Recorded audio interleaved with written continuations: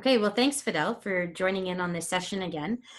Today, we are moving into chapter 9, which is talking about Aboriginal residential schools. So I'm going to share my screen.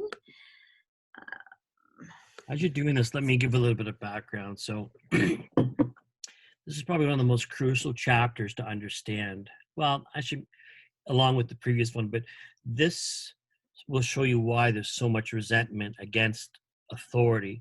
And when I never do this anywhere else, my God. And when First Nations people see a uniform, it represents what we're going to talk about today, especially. So that's why that uniform causes that. And that's why, you know, your most important, as far as I'm concerned in policing, your most important courses aren't knowing the law and this now, but are knowing the Constitution, Charter of Rights, and knowing how to deal with people. Your silver tongue is going to be the most important thing to you out there. Now, before we begin, I want you all also, if you have kids, a niece or nephew or a younger brother, I want you to keep those in your head and assume that one of those, or even your best friends, just somebody very young, 5, 6, is very close to you. Keep this in your mind as we do this, okay? As we go through here, and then you'll be able to understand how horrific this was. Right. So I'll be the bad guy. I'll be the Indian agent, not even the Indian agent, but we didn't talk about the Indian agent, but he was the person that sort of, when the reserves were made, Mhm. he told you what you did, when you could leave, when you couldn't. He basically was God on there. But um, one of the policies of the Canadian government, and it's all over the world, but one of the policies specifically against First Nations people is that they wanted to educate the Indian out of the Indian. So Indian as imagine a child. That's why they targeted young children, the Indian as a child.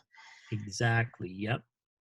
So they thought if they could change that generation, then when the older ones died, that's it, they've indoctrinated them. But think about me coming to the reserve, you're there with your parents and relatives and the larger clan, and you're from the ages of the kids from the ages of 5 to 16. I come and say, okay, and I come with peace officers with me.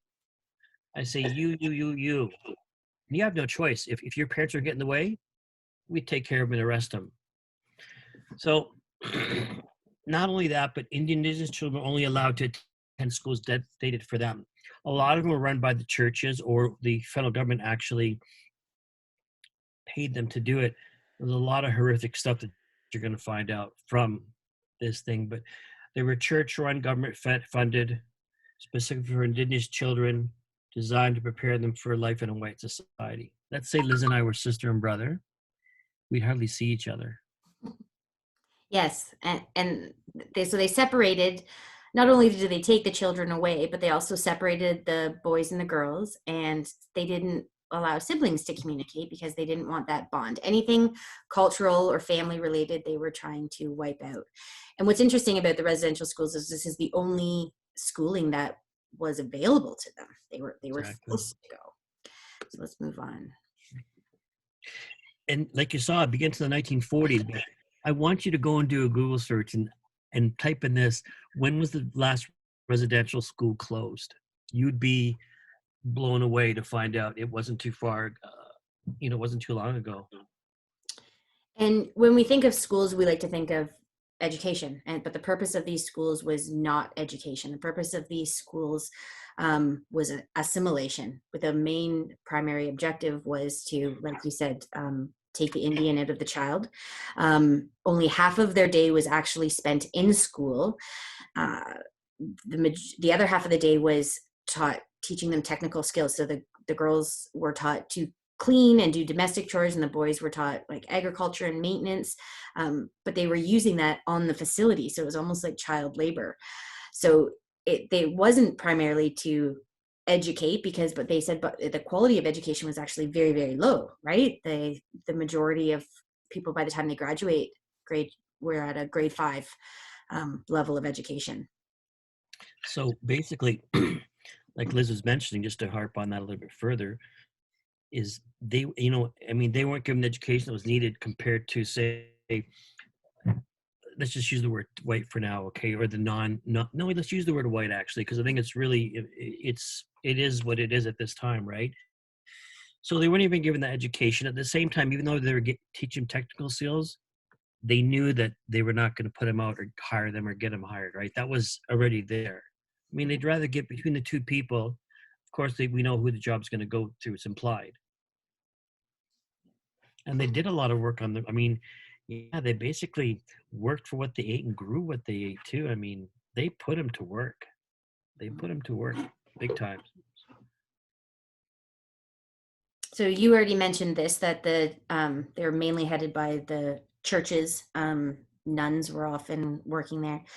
Going back to the focus of the education, most of the teachers, they said, that were there were often highly unqualified. They hadn't even graduated from high school themselves. Yeah. And like Elizabeth was saying too, it's when you think of school, don't think of your elementary school. It was nothing like that at all. Like nothing. I mean, they slept there, they ate there, they were punished there, they were, which we'll talk about, they were abused physically, mentally, sexually. I've had some students about 10 years ago. We had a really big class back then, and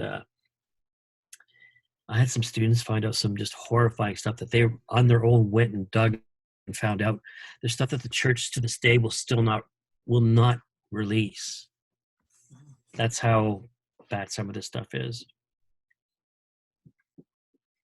Okay, so the average age of enrollment, you were saying, picture if you have a child in your life at age of 5. This said even age up to as young as 3 years old. Think about that. How old's your daughter, Liz? Turning 8 next week. And I didn't even finish that. So they took them away. They didn't come back in the summer. They didn't come back next year. Depending on what age they were, right? Their parents passed away. They didn't go out of their way to notify them.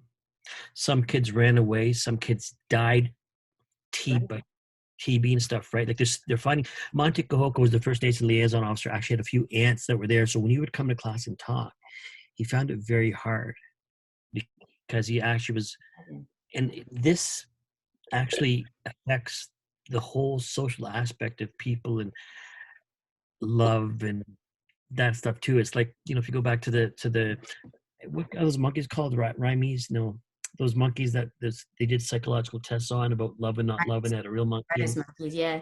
Yeah. So I mean, this was something that was happening. So the kid finally comes back after 21. Let's say he was taken or she was taken when let's say they were 10. It's 11. That's 11 full years away. When they went, they did not go back home until they were done. What's happened since then in 10, 20 years, 15 years? Mom passed away. People have died. I don't know my language anymore. I don't know my culture anymore. I don't know nothing because I didn't grow up and wasn't socialized with all those things, right? Yeah. So a lot of I was reading that a lot of people were saying after they got out, they didn't feel like they were part of anything because they weren't part of the mainstream dominant culture, but they also weren't part of their own culture anymore. Yeah. And when we remove a child from their home for those critical years, you're losing 10 years of like unconditional family love, right? That's so important to our development. And you're also learning how to model to be a parent because they're not growing up with parents anymore. This whole generation of Aboriginals have lost role modeling parents. So then when they go and have their children, they're having a hard time with it. Right? So Monty's married to an Irish woman, okay? He lives on the reserve now. He told me stories sometimes where when they were out with other people, he would watch a parent and the child and look at them. And sometimes they'd look at him saying, like, what are you doing?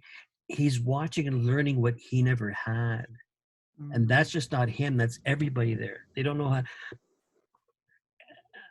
My dad sometimes, I remember once I went to Lebanon in 83, or I don't know when it was, I wouldn't give my dad a hug. He stood like this, I swear to God.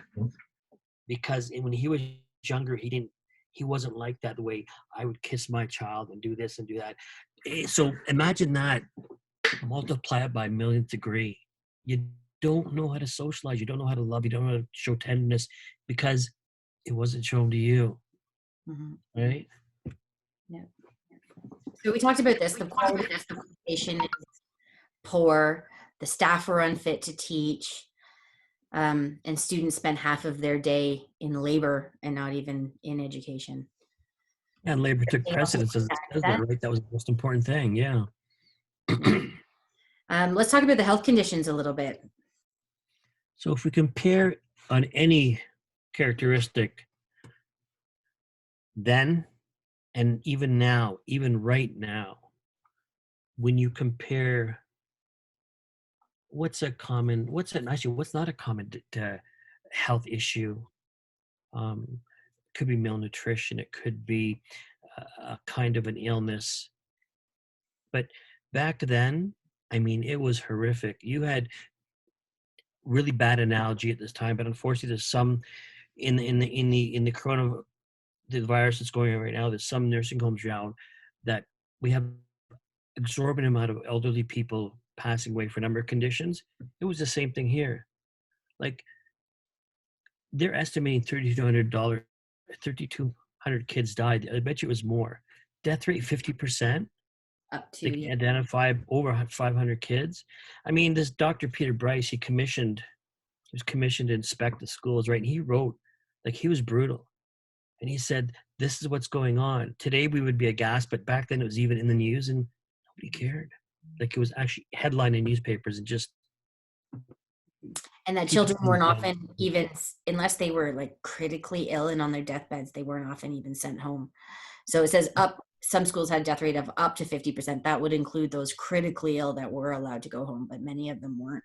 And the average school had around 20% death rate, which How is, many years later do you think the parents are notified, Liz? was it years? How many? Tell me. I don't know. They weren't basically until, you know, if they had a concept of time like us, which time isn't a big, not a thing for Canadians. It's something just it's there. But when they thought their child would come home, there's still parents looking for their kids right now. Where are they buried? Right now, as we speak. Like it's just it's horrific. Um, the other thing that I had learned about watching, I think it was the CBC documentary, was with these health conditions. So these children who were extremely malnourished, they were able to give some of them vitamin supplements because there was a correlation between the malnourishment and tuberculosis, which was going around. And they started with some children, only a few children, vitamin supplements, and they saw their health rapidly increase, and they weren't giving them to the other children, like more or less as a scientific experiment, just to see what would happen if we continued to undernourish these children. I don't know if it talks about this later, Liz, but and when you came, you hear about sitting your table until you finish your vegetables. Yeah, This was sit and eat, and if you don't, it'll be here for you tomorrow morning. Like, I mean, I got that as a kid. yeah, Fell asleep at the table. okay. Right, but to purposely, like we talk about the bioethics in medicine, and to purposely withhold such an easy treatment, it's unethical, right? For them, it served their purposes, what their agenda was, right? Then the abuse. So there was, I'll let you talk about but there was obviously these four types of, Let's start from the bottom. okay, Spiritual and cultural abuse. Liz and I are both the same gender, and if they heard us talk, we're of the we same would. gender. Yeah, sorry, Did you just say we're of the same gender? if we were the same gender in the same class, and they heard us talking with our mother tongue, we would get a beating like you would never believe. I read So somewhere that they would put like pins through their tongues if they repeatedly spoke in their native yeah, tongue. And some of the children coming into this school, that's all they knew. They didn't know any English. exactly. What are they supposed to say, right? So if you think it's bad putting mustard on your thumb because you won't stop sucking it, my God. Culturally, the same thing too. Those that didn't know of any culture, again, the punishment was enormous, mental and emotional. Oh my God, being dragged away from your parents, seeing it, not having to go back to see them, not knowing who you're with, can't talk to my sister or brother. I mean, you've learned in your sociology classes, first and second semester, the devastation that has on people. Physical is really bad. I mean, you know what? intertwined with the sexual abuse. When if somebody did mention they were being abused or that sexually, they were they were beaten to a sheet of their life. Or you don't eat your food, Liz, you're gonna, and even if you peed your pants, guess what? We're not gonna change it. We're gonna leave it like that. Like just the torment that caused the kids, puke your food, it'd still be there for you to eat with the puke. So the sexual harassment, if you think today's news on that topic is bad, you've seen nothing. I mean, it was rampant in every single house, in every single school. The physical, the sexual, this is just the abuse. My God, you're being on every level, every human level you have, you're being decimated, just decimated. You can talk a little bit more about that than I can from your other courses.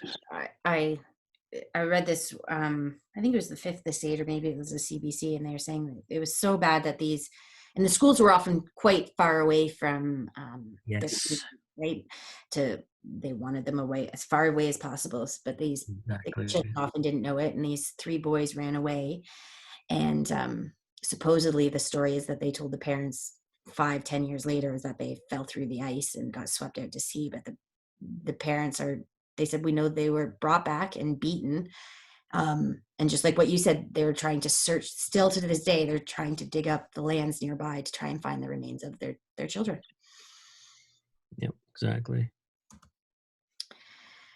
Okay, so let's talk about the aftermath. When they shut it down, when the government made a recognition, Started to.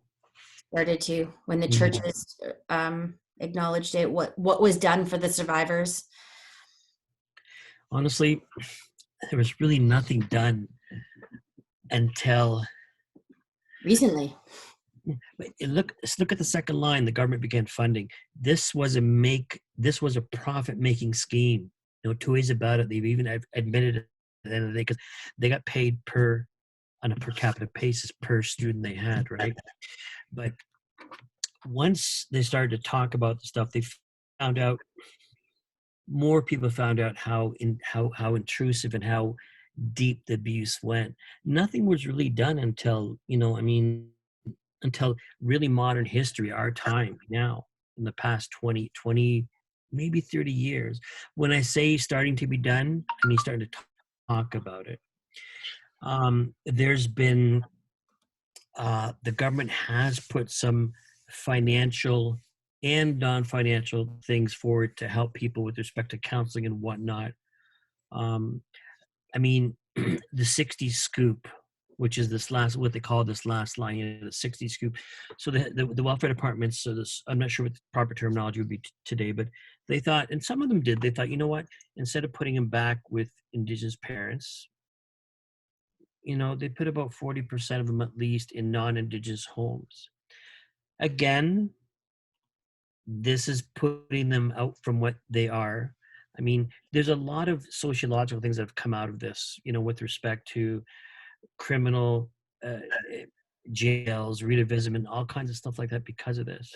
But they removed him because they thought to live in that First Nations community was really bad, and it was because of what they had done to it. I mean, you know what? Parents, like, there's a really good video I used to have where the one OPP father, guy, officer, he'd say I'd go home and I'd have to look in the cupboard. Sometimes there was no food there. My parents would buy booze. I mean, I remember in one Christmas getting a pair of knitted gloves from somebody, but that's how bad it was because the parents hadn't grown with, how it is to love and care, and they couldn't give it to their kids. It's like a chain reaction, right? It just keeps rippling through until somebody stops it and teaches themselves, how do I love? How do I care? How do I nourish, right? Mhm. Okay. Um, this just talks about how it's called a cultural genocide, which is a complete wiping out of any culture, language, heritage, um, traditions, dress. Like even as soon as the children were brought there, it was Their long hair was cut very short. Anything cultural related was wiped out, and they were hoping to do that in a few generations, right? Mhm. One generation. Yeah. Well, yeah. I mean, that's all you gotta do, right? Is just take out one part of the trunk and it all falls down. I mean, but the adoptions failed, because of a number of things and many, many things. I mean, the United Nations has come into this and said that, that they realize and they say, hey, this is a genocide. I mean, this fits a genocide, deliberate, systematic destruction of a culture, tradition, language, a way of life. Now, mind you, actually, no, there's no excuse for it, but there's other nations like Australia has a very similar thing going on right now. The Americans, they just went off and they just wiped the face of the earth with whoever they didn't want to be there, unfortunately. But that's what they did. I'm not saying it was any better or any worse, but they did it a different way, unfortunately. But the same result is there. Sorry. So attempts at resolution. So I guess this is what I was getting. So you said it's still ongoing, but our government has, light has been shone on this dark history in Canada, and our government has recently made apologies, and so have churches. But what else has been done? Well, they set up the Indian Residential Settlement Agreement in 206. I don't know. Which was what, $10,000 per person? It's nothing worth beans at the end of the day, right? Yeah. I mean, they put money towards,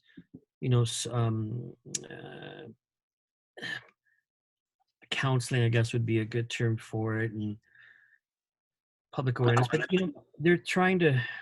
I don't know if throwing money at this is going to fix it, but it's part and parcel, of many things that have gone wrong, and how can they fix it now, and how can we fix it, and can we? Honestly, but we have to do something. This is going to affect everybody, and like I said, it affects frontline officers big time. And for those that go into situations like this and don't know what's going on, yeah, you need to understand the other side to be able to accomplish what you need to accomplish, I guess, right? Mm-hmm. So, there's some numbers there. Close to 80,000 people have been processed and paid for this common experience that I've shared. I think I read that it was for their first year there, they got $10,000, and then another $3,000 for every additional year that they were there. And that's if they had records for it too, right? A lot of the records for residential school were conveniently lost, and that is what happened. They were conveniently lost, meaning, they knew where they were until somebody wiped them off. But not everybody got it, Liz. But even this, the application process triggered traumatic memories. So to get that small amount of money, reliving that whole experience is just it's gonna cause post-traumatic stress for a lot of them. Let's see.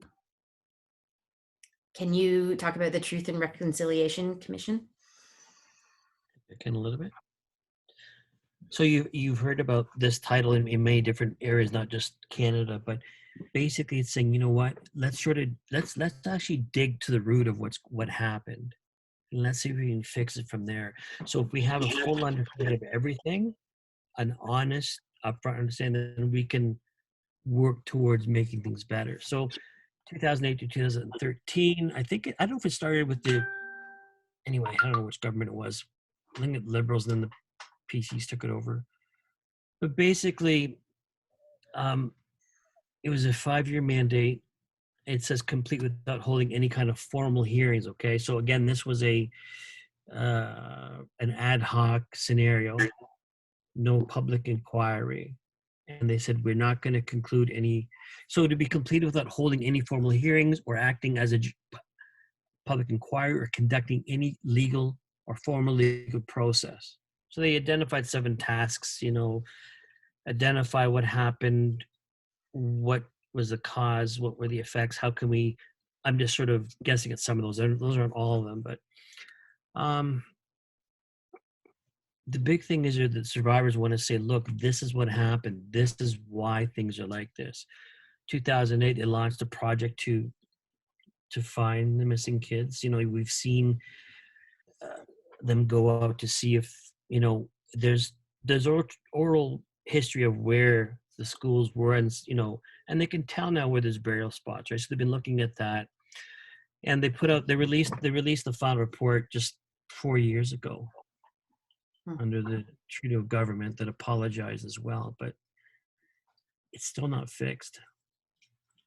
The big thing here with Pope Francis, just like the people that have been sexually abused by those that have been part of that church, they have the expression of regret, but they've never come out to apologize, nor will they, whether it be to the students here, whether it be to the whole issue universally. They've admitted they've taken responsibility for what they've done bad, but they've still never apologized, I guess, for the fear maybe of there being a legal retaliation, maybe. I don't know. You know, but there's been a strong call for him to apologize on behalf of the Catholic Church and all the churches too, not just the Catholic Church, right? Yeah, yeah, the Anglican, Pentecostal, and everything that falls under Yeah. that umbrella. But Stephen Harper did apologize. He made a formal apology in 2008, Hmm. and he directly addressed them, the victims. Did he not? Yep. He did. Yep.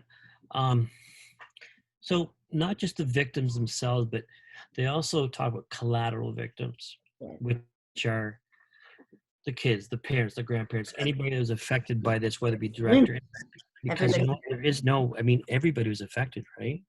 Mhm. Not just the people at the school. Absolutely, the whole community would have been. Okay. Is there anything else we should know? No, it's just it's a very, very dark, dark, sinister history that I bet you not even 10% of Canadians know. I bet you not even 5% of Canadians know. But if this was happened today, the world would be on fire. For sure, So, absolutely. yeah, Well, thank you for your input. I appreciate you sharing your knowledge on this topic. my pleasure. Thank you very much for inviting me again. Talk to you later. Okay, bye.